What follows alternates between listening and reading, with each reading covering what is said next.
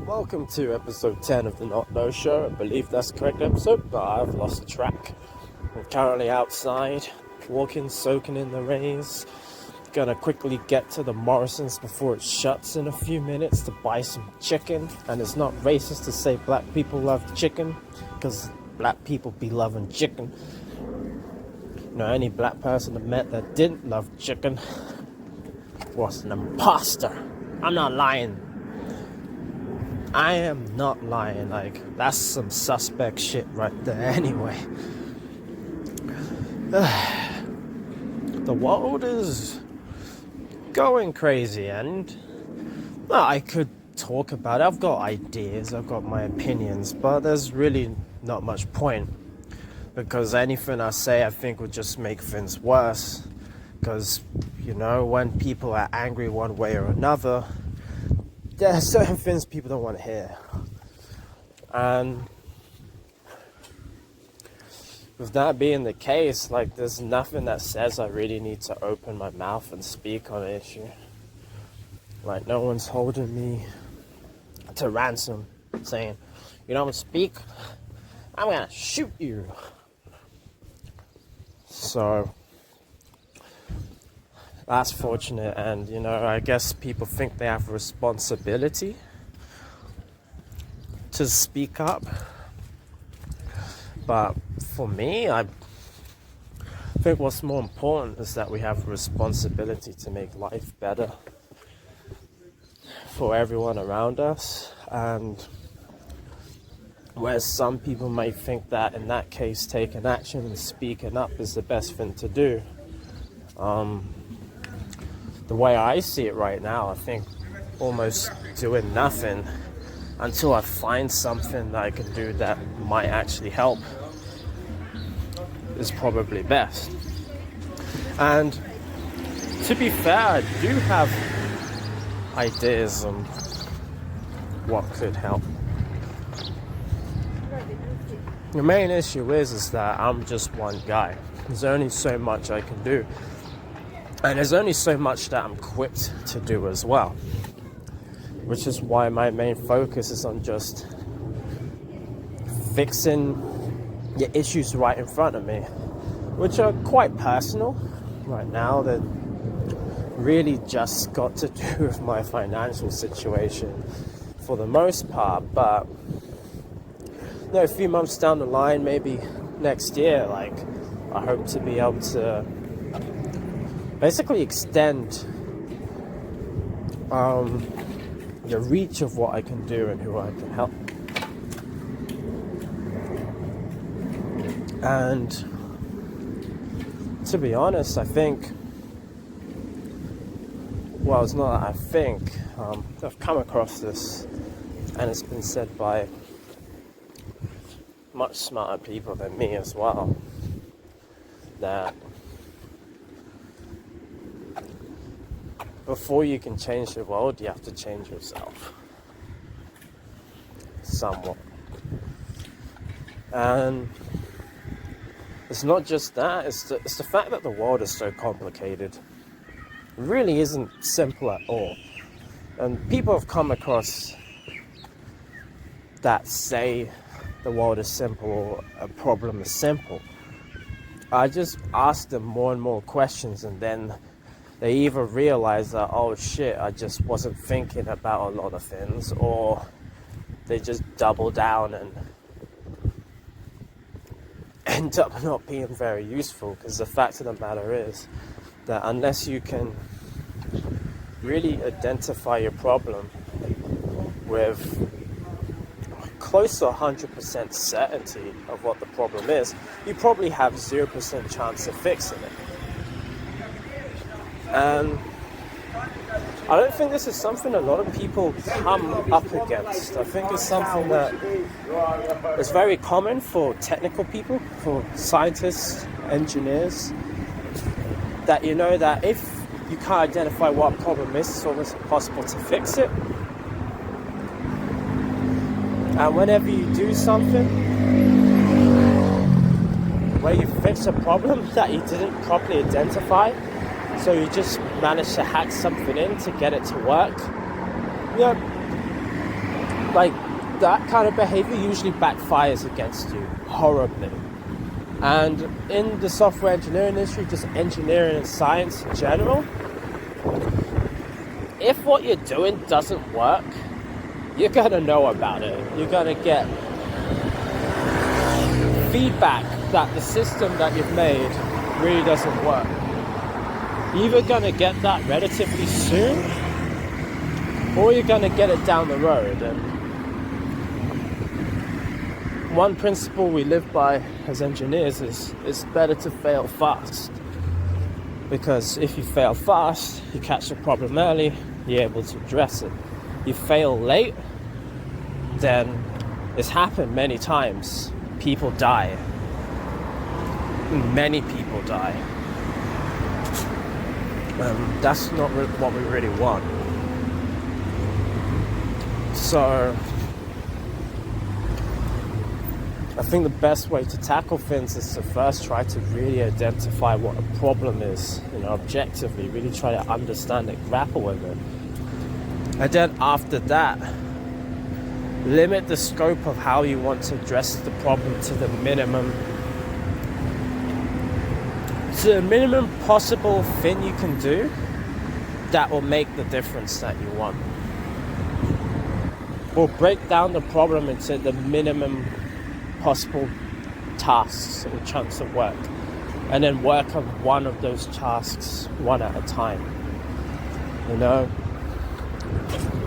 And people think that it's too slow. I won't get what we want done. The reality is that if that was actually done consistently, and most people are on board for that, you'd be surprised how much faster things would get done than how fast things get done now. The issue is that even though you think a big leap will get a lot of stuff done at once, what will happen is that you'll have major opposition and major resistance to what you want to get done for a long time. And naturally, you can be in a stalemate for not just days, weeks, months, years. In fact, you might just never get done what you want. And the bigger the scope of what you want to change, the more people who are going to oppose it. Because there's probably going to be unintended side effects which you haven't grappled with, which other people would raise and be like, no. However, the smaller the solution, the easier it is to create something that not many people would disagree with. And then you can get that pushed and get that done. Then you can work on the next thing. And you can keep them going like that and like that. And things change very quickly. It's one of the things that engineering and technical world has adopted pretty universally now. And even not just the technical world, anyone's a manager or anything like that who manages projects that are complicated with lots of people, deadlines, knows that decomposing a big problem into a series of smaller ones and then achieving each one of those small problems with the simplest solution possible typically yields the best result in the long run.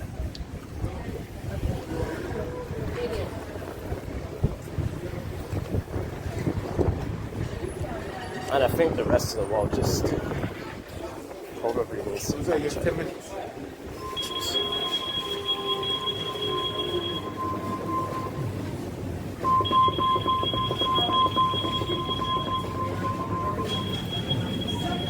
So I don't really know. I don't really know what to say, what to do. But I guess talking more locally, looking at my life. One will on right, yeah? Yeah, so right now, we've done all the free play, we're now on.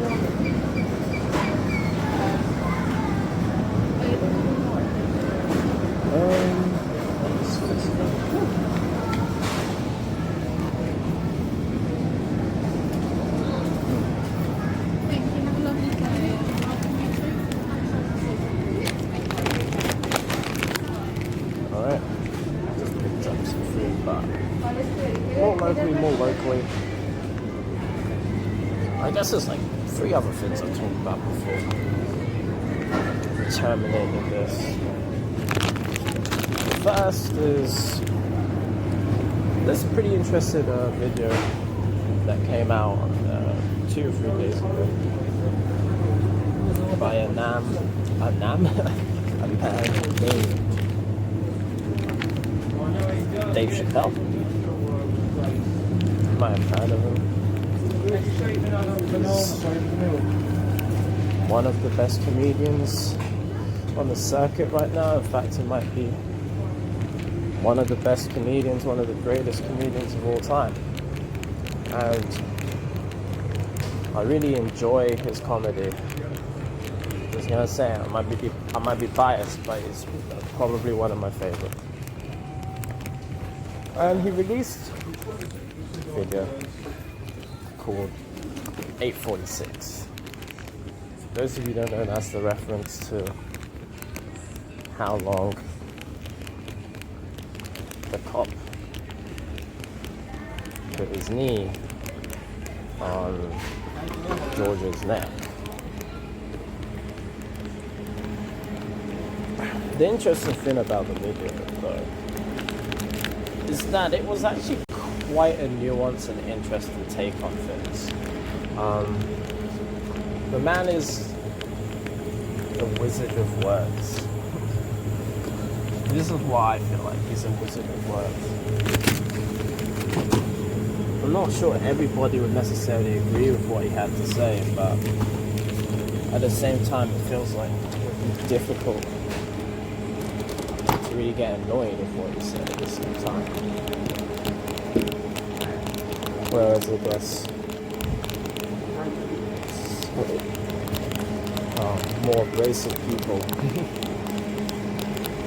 would probably not be able to come across as well as he did. So I don't really have much to say on the topic apart from everyone check it out.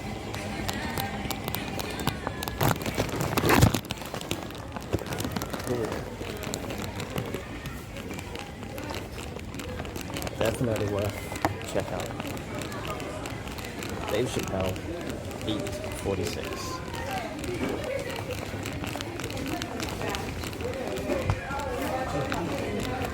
Now,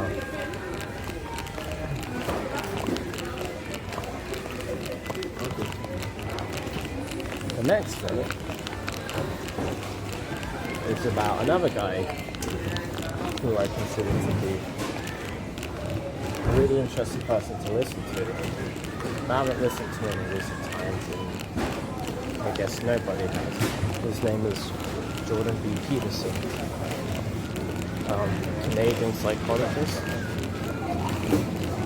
I think he's incredibly intelligent. Some people brag on him. The truth is, let me pause this. Okay, I'm back. Fortunately, I want to do this in one take so I don't have to piece it together. But I had to go through checkout, and for some reason, the camera app on the Android is bugged where you can't just pause the recording. Brilliant. Anyway.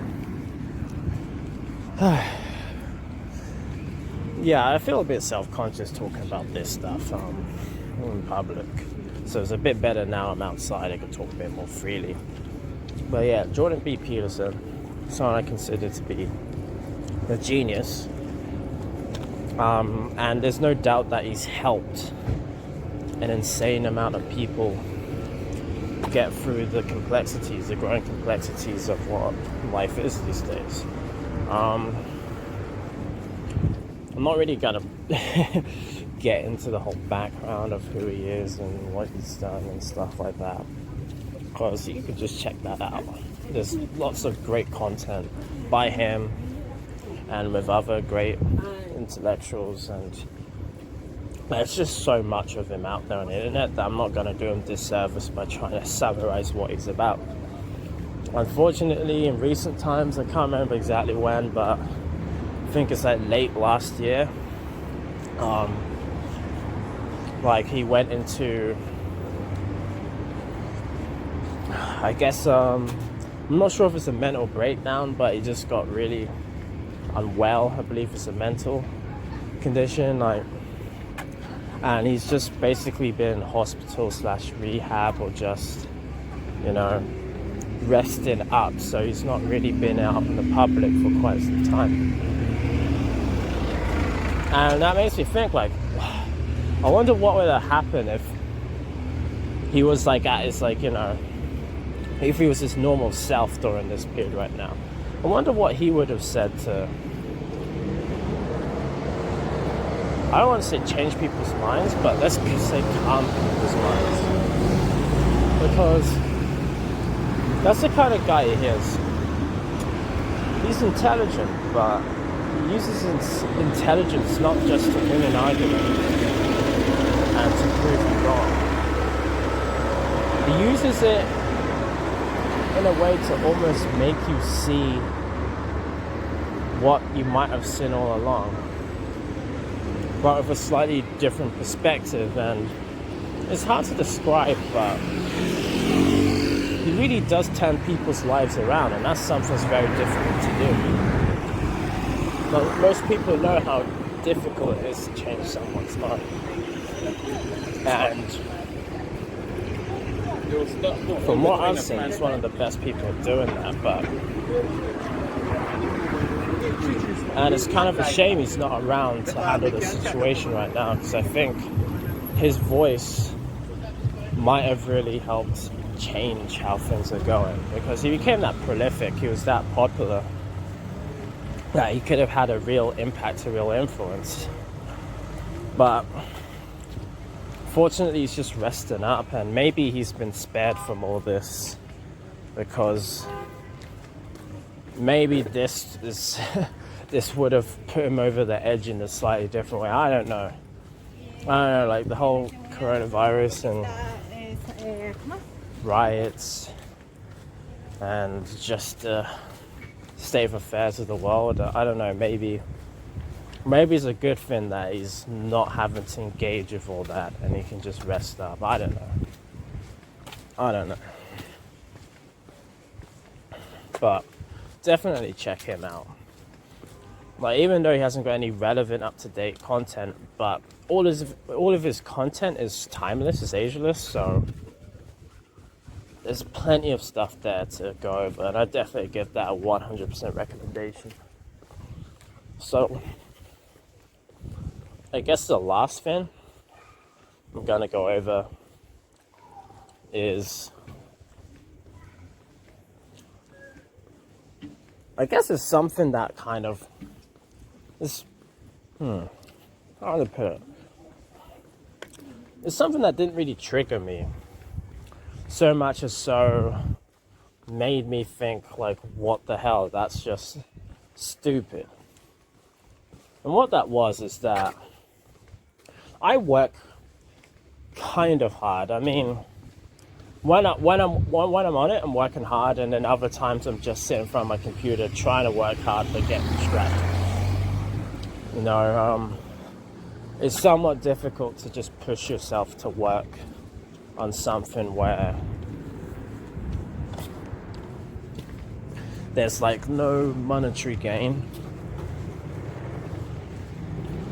But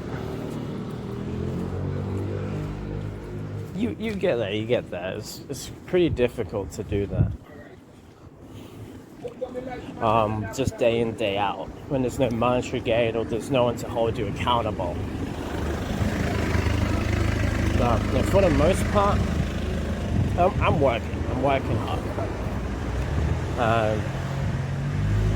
Like my flatmate is just like, oh, what?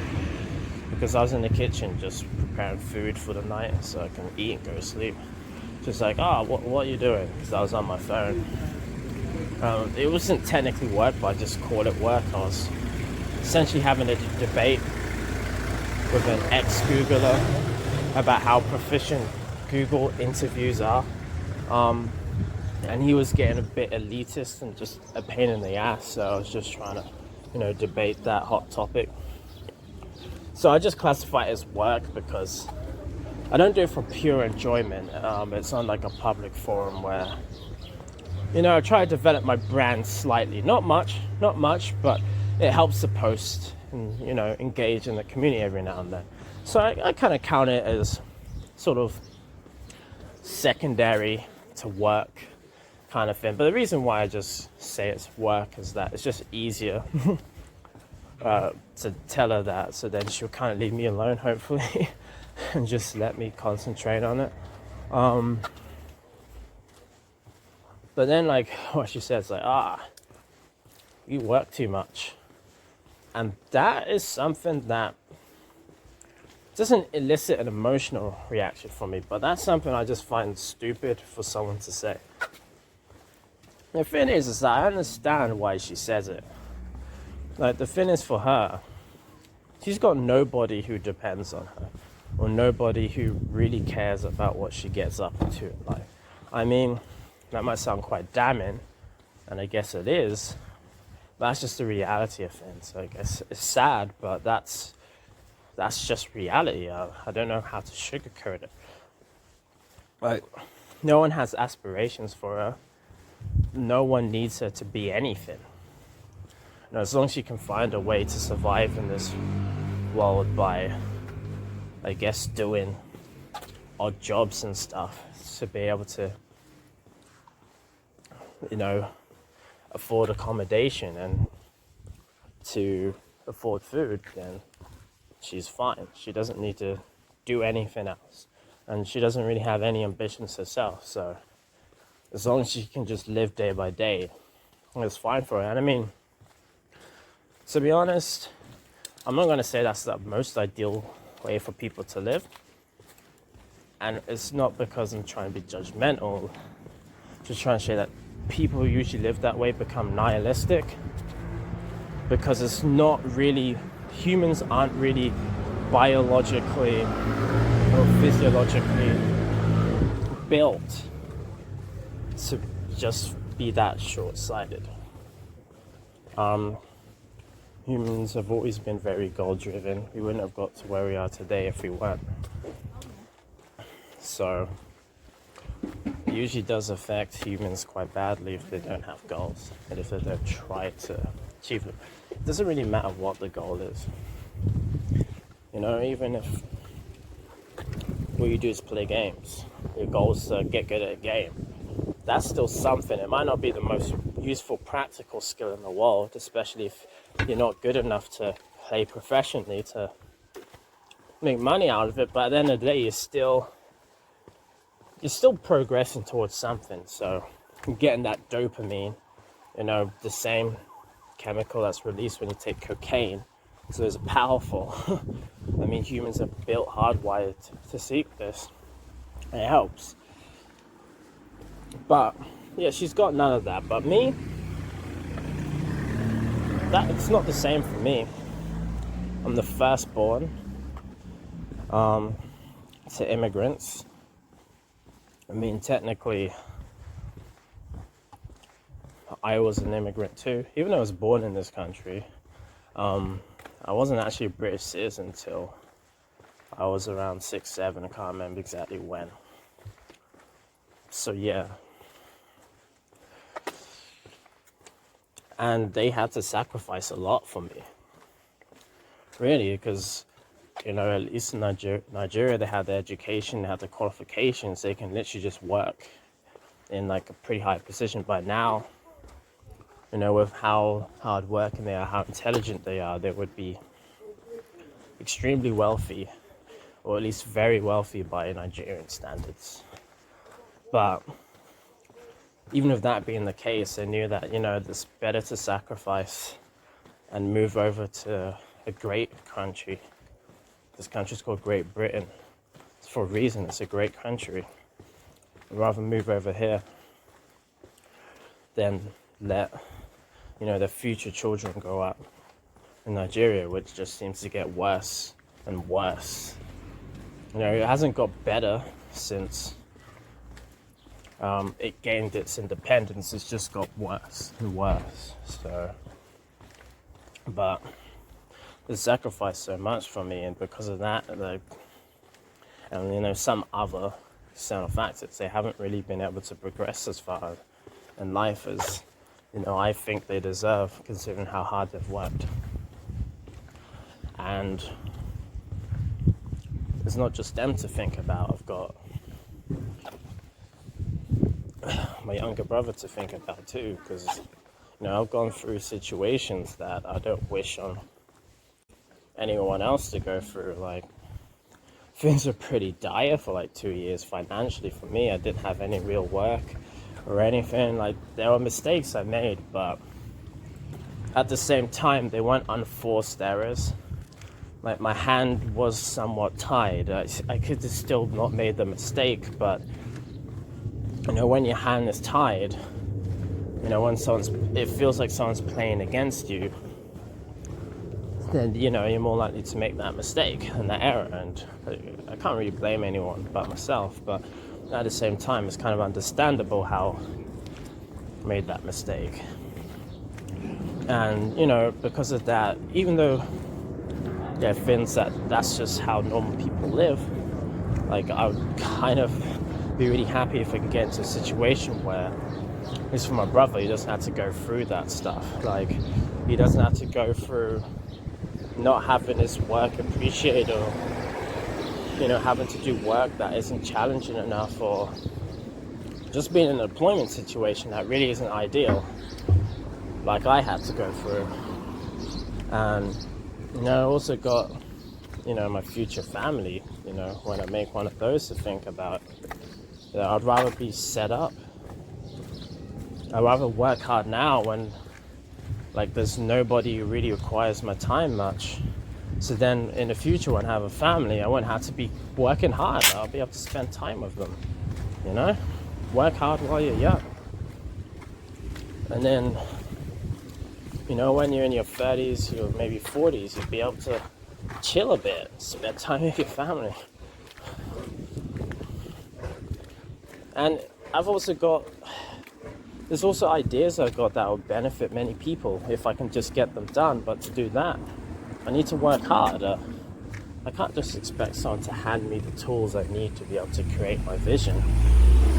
Like, I have to grind and create those tools. I have to create all the building blocks. Like, even though my idea is, I guess, one piece right on the top, the entire pyramid beneath it isn't just going to be given to me for free. I have to create that too. So there's a lot of hard work and effort that goes into that. And with all that, then I can leave the world a better place than I met it. I can actually contribute. I'm not just going to consume what other people have made. I can actually contribute and make the world better. And I know, like, you can work too hard and burn yourself out or affect your mental state. That's not good. You shouldn't do that. But you should work as hard to the point that you can sustain it and you feel happy and comfortable to do it. And that's what I'm doing. So when someone says, "Oh, you work too hard," I'm like, what right do you have to tell me that? My goal is next year, sometime next year, to buy a house for my parents, their retirement home. And not like some shitty home. Like, when I say retirement home, I more like mean the kind of, I don't know how to call it, kind of like a house they'll be proud to call theirs for the rest of their life. Like, these things don't come cheap. Because usually you have to work an entire lifetime, or for your normal people, average person has to work an entire lifetime, or for many years to be able to, get a house like that. But they're getting old, and it's not looking like they're going to be able to, get the mortgage to do that, because you only get a mortgage till you're 65. So really, unless you're buying a house cash down, or you're going to have an extremely short mortgage, it's not really going to look possible for them to be able to get that. And part of the reason I'm working super hard is so I can get them that house, like now, or next year, or whatever. No? And it's helpful for me too, because then I'll have a house. I know it might be a bit weird living with your parents again here and there. I don't plan to move back in permanently, But if I'm buying a house, then it makes sense that unless I have somewhere way more important to be, that I live in the house that I bought from my parents. Like, they'd be more than happy to have me there, considering I'm the one buying them that house. And working hard is gonna get me there. If I slack, then, you know, things aren't gonna go too bad. If I slack, I still get a decent job. I could still probably I could still easily buy myself a house, but not of the level that I want for my parents, you know? So that's why I'm working hard, because there are people that have done so much for me that I want to give back to, right? And it's almost an insult when someone tells you, oh, you work too hard. It's like, yeah, you can only say that because you don't feel like you owe anyone anything, and you're not giving anything back to anyone. You're just consuming. You're not giving back to society. Well, I guess you are where you work, but even right now, you're telling me I'm working too hard. Like, you don't have to work at all because you're furloughed. You're fortunate that the government has the reserves, basically, that comes from taxes from people who've worked really hard. And they've got that money there, so that you can just kind of sit around and judge other people for actually still having to work, even though a lot of the population doesn't right now.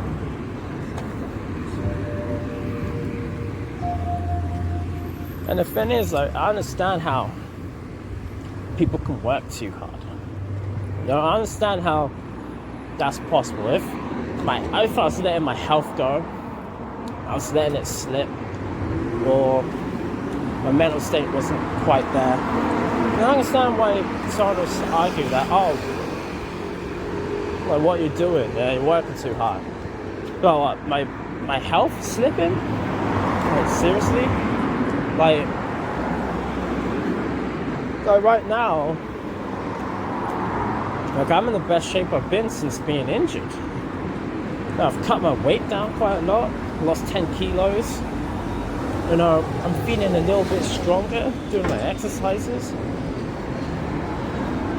My mental state, considering all the shit that's going on in the world, and the fact that I think just recently it's been 3 months since I've been able to go home and see my family. Like, considering all that, considering how, I guess, dire the circumstances are, I'm doing great mentally. Even with the frustrations, like having a shitty internet connection that basically stops me from playing, you know, online games with my friends. I still try, but it's definitely a frustrating experience. And I guess me complaining about how frustrating the experience is can't be I guess ideal. It's not going to be entertaining for those who have to hear it. So it's kind of something that it'd be best if I could somehow, like, cut down and complain about shit I can't do anything about. But, you know, it just happens. It's just like almost involuntary. But yeah, like, why is it that I'm having to live in this circumstance? Because I'm a small fry right now. That's why. But imagine I've got my life put together. Imagine I am doing it, but imagine I'm ready there now. Just buy a house and just live there. Like, I have control over stuff like the internet. I have control over so many things I don't have control over now. And this is why, you know, you work hard, you're technically sacrificing today, but you do earn it. You definitely earn it back. And unfortunately, some people will work hard and they won't necessarily see it pay off, just like my parents. Like, they've seen pay off, but not as much as how much they put in. But maybe they will, and I believe they will, because maybe if they don't get it themselves, they'll get it from me, which is more than enough. You know, you bless others, you get blessed back. Well, whether you believe in God or not, or karma or whatever system, or just, basic society is how it works. Typically, people who are good get good stuff given to them. People who are bad get bad stuff given to them. And that's it. It's not quite as simple as that, but it works for quite a lot of stuff. And yeah, I mean, kind of gone for quite a long detour to get back. I enjoy being outside walking. No, I actually hate walking. No, I hate walking so much. But walking and talking is actually a bit different. But just walking on its own is, I find it super boring. But walking and talking, I guess biking and talking would be even better. I guess that'd be even more fun, but I don't have a bike yet, unfortunately. But hopefully that'll change next week. The bike sales have been mad. Completely mad. Like, it's impossible to get a bike right now. Well, not impossible, people are, but they're the ones that are successful doing it. You gotta be on top of your game. But yeah, I think this walk is somewhat coming to an end. I'm somewhat done.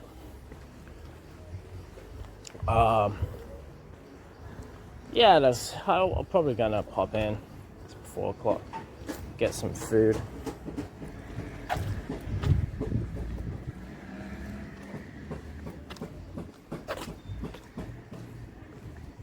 Yeah, probably pop in, get some food, play some games now. I only done like 2.5 hours of work today. It was a Sunday, so I usually like to take it off and not even work.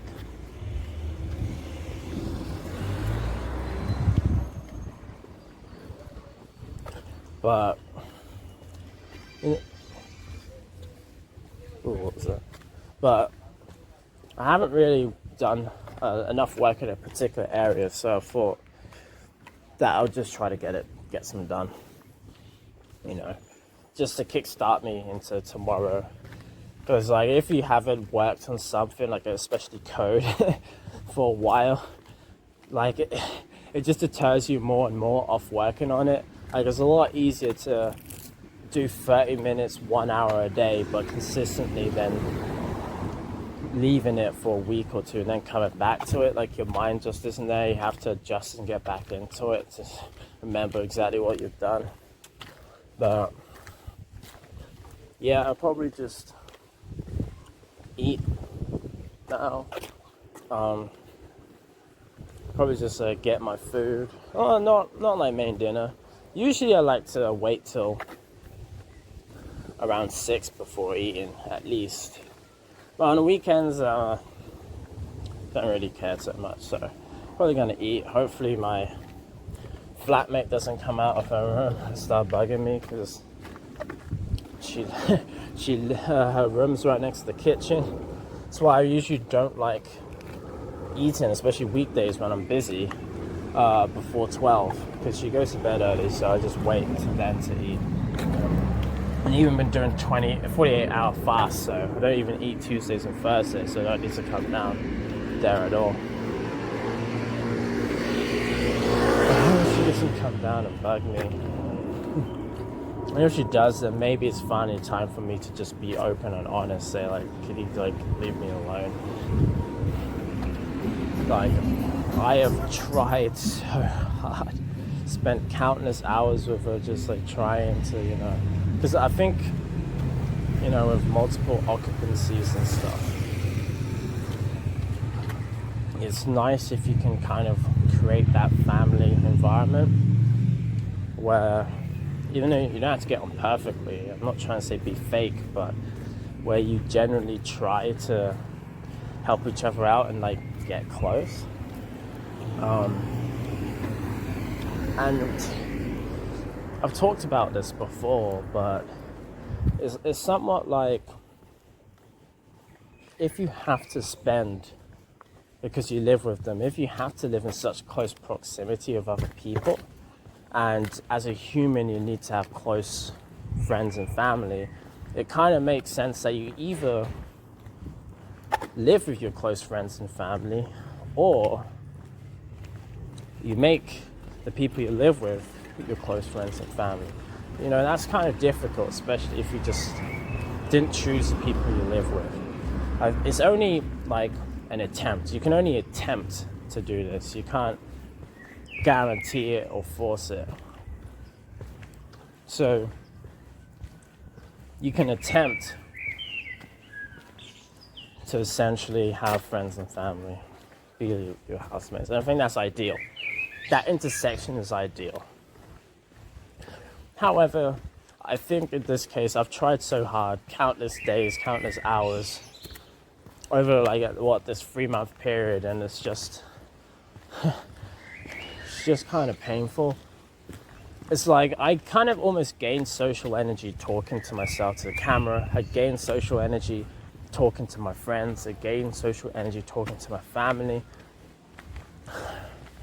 But like with her, it's like she fucking saps it like a tormentor.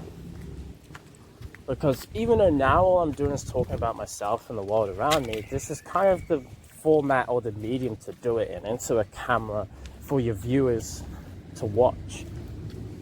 And that's what they've come there for. So it's, you know, a mutual agreement. But when you're just going about your day and then someone comes at you and start talking about themselves for 30 minutes or an hour, and they don't let up, they don't really let you say anything, they're just like, yep, straight.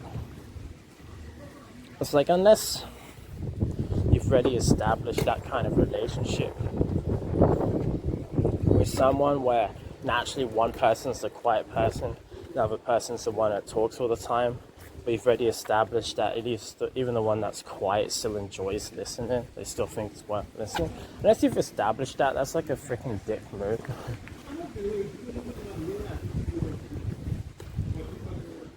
And you know, when you pair that alongside of like Dunning-Kruger's effect, where she thinks she's oh so intelligent and shit, and she knows shit. So how can she really know shit if she doesn't really listen to anyone else or even look at the world that that carefully or in that much detail?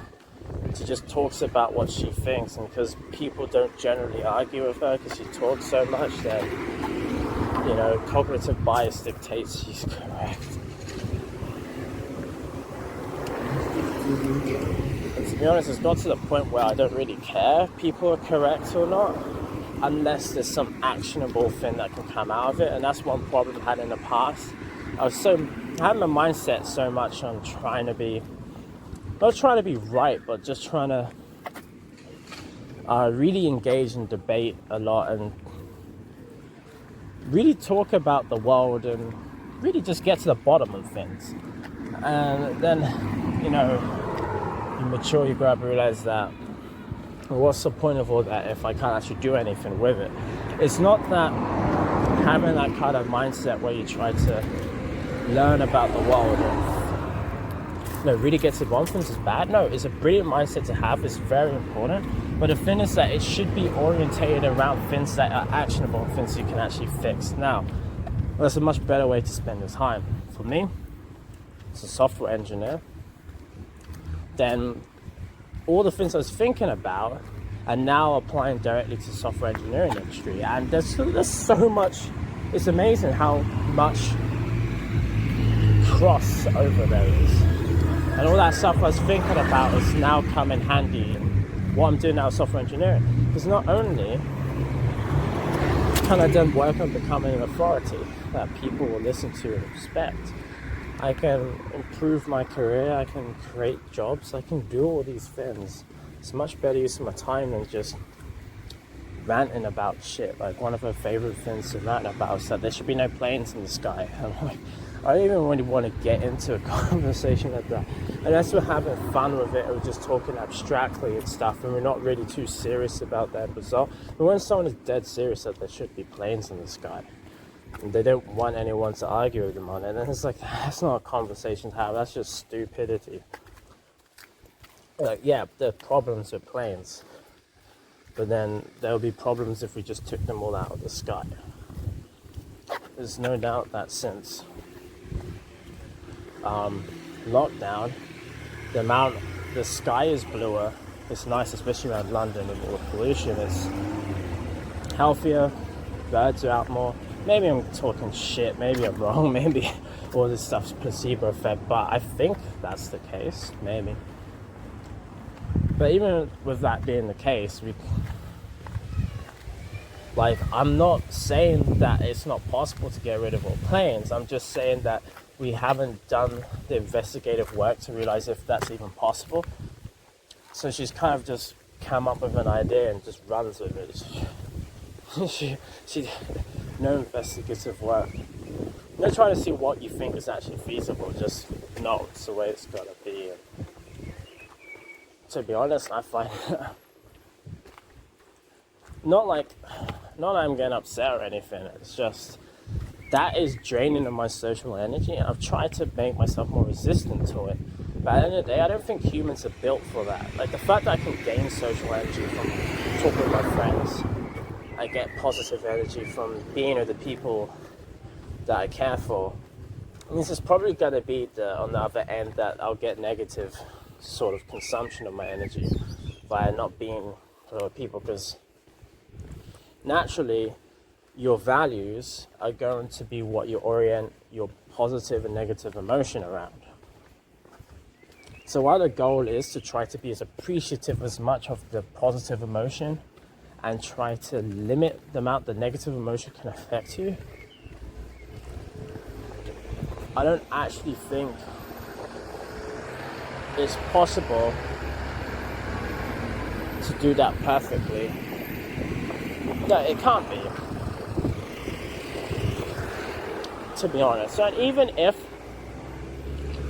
if I was able to perfectly limit it, right, to the point that I got no negative emotion from it, I wouldn't ever be able to get positive emotion from it, because that means my values have become corrupt. The fact I can get positive emotions from things that I consider to be not the things I want to be around would mean that I'll become weirdly twisted. And maybe that's something interesting to look into, to see if you can orient yourself to like things, but that's kind of like masochistic kind of behavior.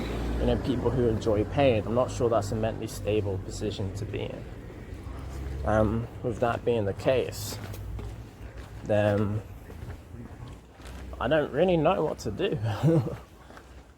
So that's why I think at this point it's best to just cut it out. You know, just try to zero it down to nothing. And yeah, that's probably for the best. So yeah, I think I'm probably gonna call it there for today. We're just gonna have some food, play some games. Put my friends up for games. And you know, just hope that I'm able to get to the kitchen in time. Warm up my food quickly. Put what do I actually? What did I buy? I bought chicken, drinks. Yeah, I put my drinks in the fridge. Warm up my food. Be 2 minutes. Hopefully, I can do that before being bugged. Otherwise, today might be the day where I have to be honest and just say, "Can you kind of leave me alone?" I try to be as nice about as possible, as honest about as possible, but it might be confrontation time. We'll see. Anyway, if there is, since I'm recording this on Sunday, there's enough time for me to follow up with an update and get that into the next no-show video. This has been a very long recording. It's coming up on an hour. But, you know, it's not too bad. I'm super looking forward to the next generation of content that I'll come out with. But for now, this is what we're all stuck with. Anyway, thanks for tuning in. There may be an update, there may not be, but if this is the end of the video, it's the end of the video. We'll catch you later.